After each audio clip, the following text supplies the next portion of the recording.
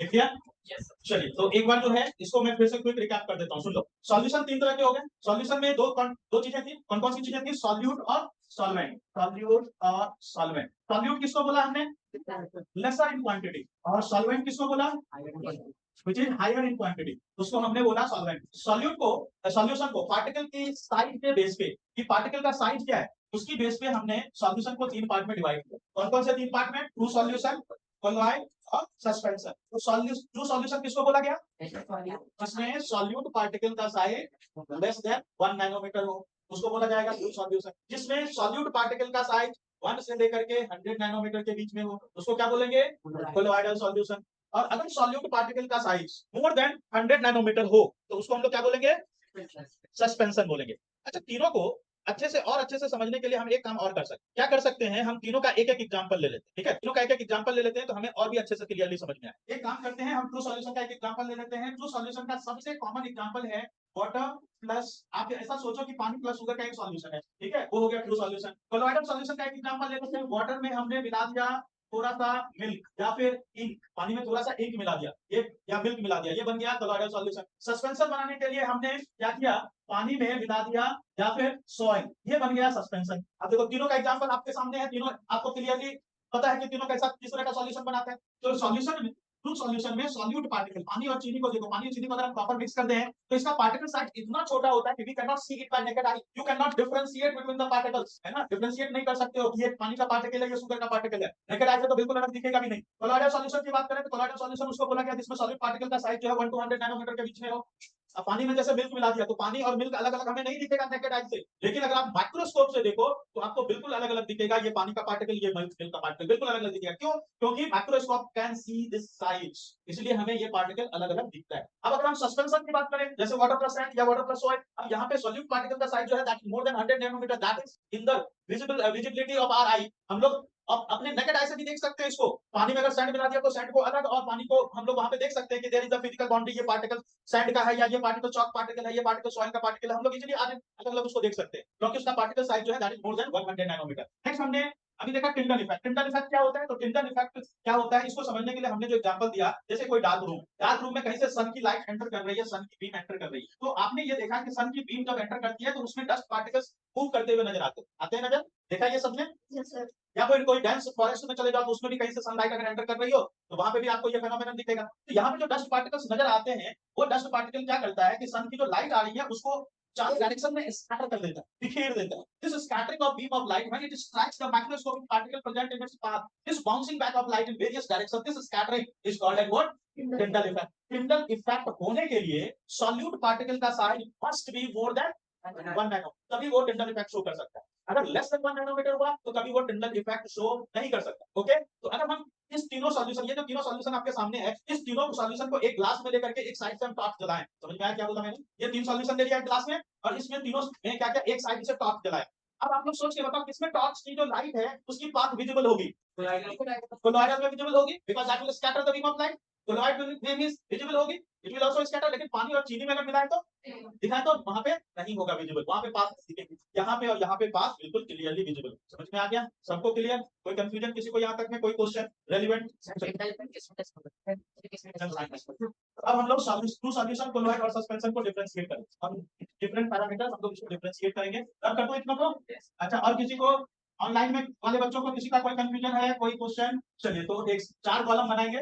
तो सबसे पहला कॉलम जो होगा उसमें होगा प्रॉपर्टीज, दूसरे कॉलम में होगा ट्रू सॉल्यूशन, फिर होगा कोलॉइड, नेक्स्ट में होगा लास्ट में सस्पेंशन। इसको छोड़ा है इसे मतलब आपकी बात। सबसे पहले हम लोग पॉइंट में आ जाए, particle size, size of particle, size of solute particle, size of solute particle. True solution का जो साइज ऑफ सॉल्यूट पार्टिकल है that is less than 1 nanometre. Colloid में it is between 1 to 100 nanometre and suspension में it is more than 100 nanometre. ये हो गई पहली property. दूसरी प्रॉपर्टी, सेकंड प्रॉपर्टी, जो सॉल्यूट पार्टिकल का साइज है, इसके बाद सेकंड प्रॉपर्टी ट्रांसपेरेंसी। याद करो, ट्रू सॉल्यूशन का एग्जांपल क्या बताया मैंने? वाटर प्लस शुगर बताया। कोलॉइड का क्या एग्जांपल बताया? Water plus ink. रियली क्या वाटर प्लस इंक? सस्पेंशन का सॉइल और सैंड एंड वाटर, है ना? तो अब जो है तीनों में आप सोच के बताइए कि तीनों में बिल्कुल ट्रांसपेरेंट कौन सा? Sugar solution. प्लस शुगर मतलब ट्रू सॉल्यूशन जो है ये होता है ट्रांसपेरेंट। अच्छा अब एक बताओ इसमें से ट्रांसल्यूसेंट कौन सा होगा? Colloid will be translucent. Translucent समझते हो बच्चों? जैसे लाइक पूरी तरीके से पास ना करके पार्शियली पास हाँ करे. बिल्कुल पार्शियली पास करेगी लाइट वहां से ट्रांसल्यूसेंट। और सस्पेंशन हो जाएगा ओपेक। अब एक बात बताओ वहां पे फिजिकल बाउंड्री पार्टिकल्स की जो फिजिकल बाउंड्री है वो कहाँ पे दिखेगी आपको? फिजिकल बाउंड्री मतलब पार्टिकल अलग अलग Suspension. सस्पेंशन में दिखेगी। We can see physical boundary by naked eye. Microscope की भी जरूरत नहीं होगी, नेकेड आई से ही दिख जाएगा हमें। Colloid can be seen by microscope. True solution can't be seen even by microscope. How can we see true solution? We cannot see with microscope. True solution को देखने के लिए उतने छोटे पार्टिकल को देखने के लिए मैंने एक माइक्रोस्कोप का नाम बताया था ऑलरेडी। Scanning tunneling microscope. हाँ उसी को यूज करेंगे हम लोग। चलिए नेक्स्ट पार्ट, नेक्स्ट प्रॉपर्टी। अच्छा इस तीनों में अगर हम इस तीनों को ऐसे ही छोड़ दें 1 घंटे के लिए, बताओ इसमें से किसमें ऐसा होगा कि सॉल्यूट पार्टिकल के साथ रहेगा? तो मतलब अगर हम स्टेबिलिटी की बात करें तो इस तीनों में से कौन सा सॉल्यूशन सबसे ज्यादा स्टेबल होगा? सबसे ज्यादा स्टेबल कौन सा होगा? True solution will be most stable. ये समझ में आया? आप पानी में चीनी मिला करके 10 दिन भी छोड़ दोगे तो पानी और चीनी वाला कभी नहीं होगा। सारा पार्टिकल चेंज तो पड़ेगा उससे.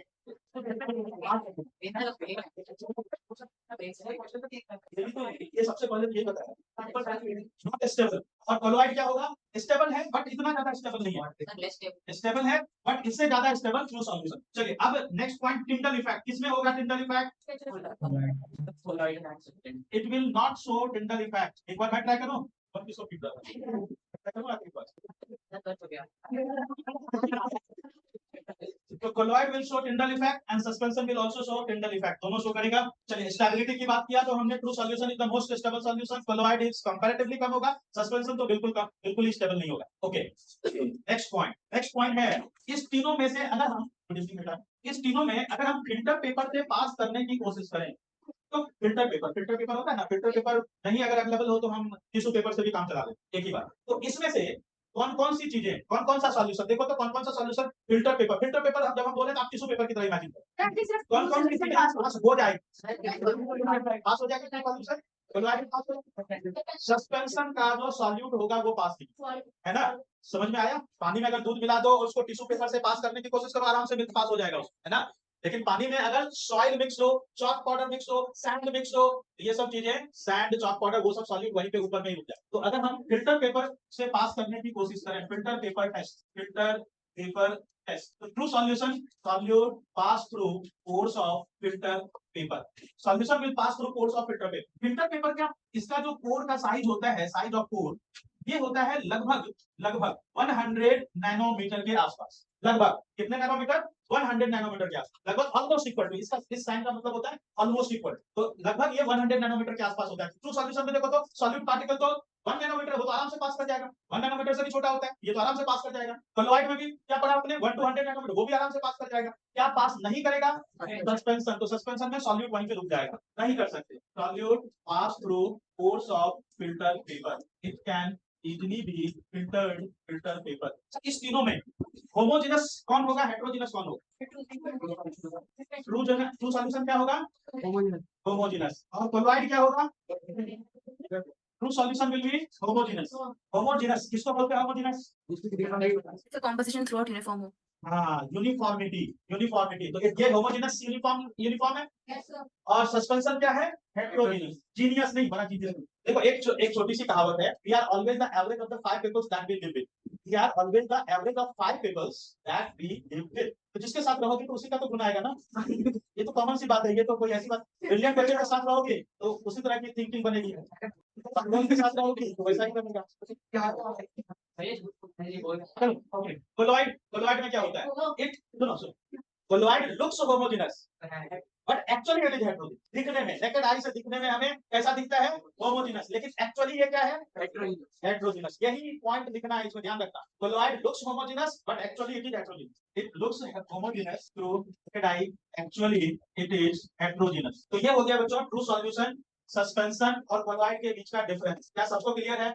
हाँ जी बोलो करके। कोलॉइड जो है यही समझ में नहीं आया ना, ये वाला फिल्टर पेपर मतलब जैसे चाय छन्नी बनाई घर में, तो उसमें क्या होता है कि जो चाय की पत्ती है वो उसके ऊपर लग गई। तो वैसे ही यहाँ पे जो फिल्टर पेपर का पोर का साइज है वो 100 नैनोमीटर है, तो उससे क्या क्या पास हो जाएगा, ये पास हो जाएगा क्योंकि इसमें सॉलिड पार्टिकल का साइज लेस देन 1 नैनोमीटर है, ये भी पास हो जाएगा क्योंकि इसमें सॉलिड पार्टिकल का साइज 1 to 100 नैनोमीटर है। कैन इजीली बी फिल्टर्ड, मतलब solute particle can be filtered, solute particle can easily be separated by solvent, ये मतलब हुआ। अगर कंफ्यूजन होगी तो ऐसे लिख लो, solute particle easily be separated. तो ये हो गया तीनों के बीच का डिफरेंस। क्या तीनों का डिफरेंस क्लियर है सबको? चलिए नेक्स्ट हेडिंग डालें, types of true solution. Types of true solution, पानी में से कभी मिट्टी को हटाइए या सैंड पार्टिकल्स को कभी हटाइए, नहीं हटाए तो टिश्यू पेपर से अलग करके देख लेंगे। चलो देखो टाइप्स ऑफ ट्रू सॉल्यूशन। आज तक तेरा कोई भी एक क्वेश्चन ऐसा नहीं हुआ जिसमें कि थोड़ा रेलेवेंसी हो। Solid solid solution, solid in solid solution. तो इसका जो सबसे कॉमन एग्जांपल है वो है एलॉय।